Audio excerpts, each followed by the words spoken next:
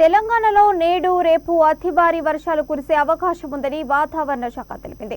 బంగాళాఖాతంలోని ఒడిశా తీరంలో 3.1 కిలోమీటర్ల ఎత్తున గాలులతో కూడిన ఉపరితల ఆవర్తనం ఏర్పడింది. దీనికి తోడు రుతుపవనాలు చురుగ్గా కదులుతున్నాయి. వీటి ప్రభావంతో ఈశాన్య ఉత్తర తెలంగాణ జిల్లాలలో నేడు రేపు అక్కడక్కడ భారీ నుంచి అతి భారీ వర్షాలు కురిసే అవకాశం ఉందని అధికారులు తెలిపారు.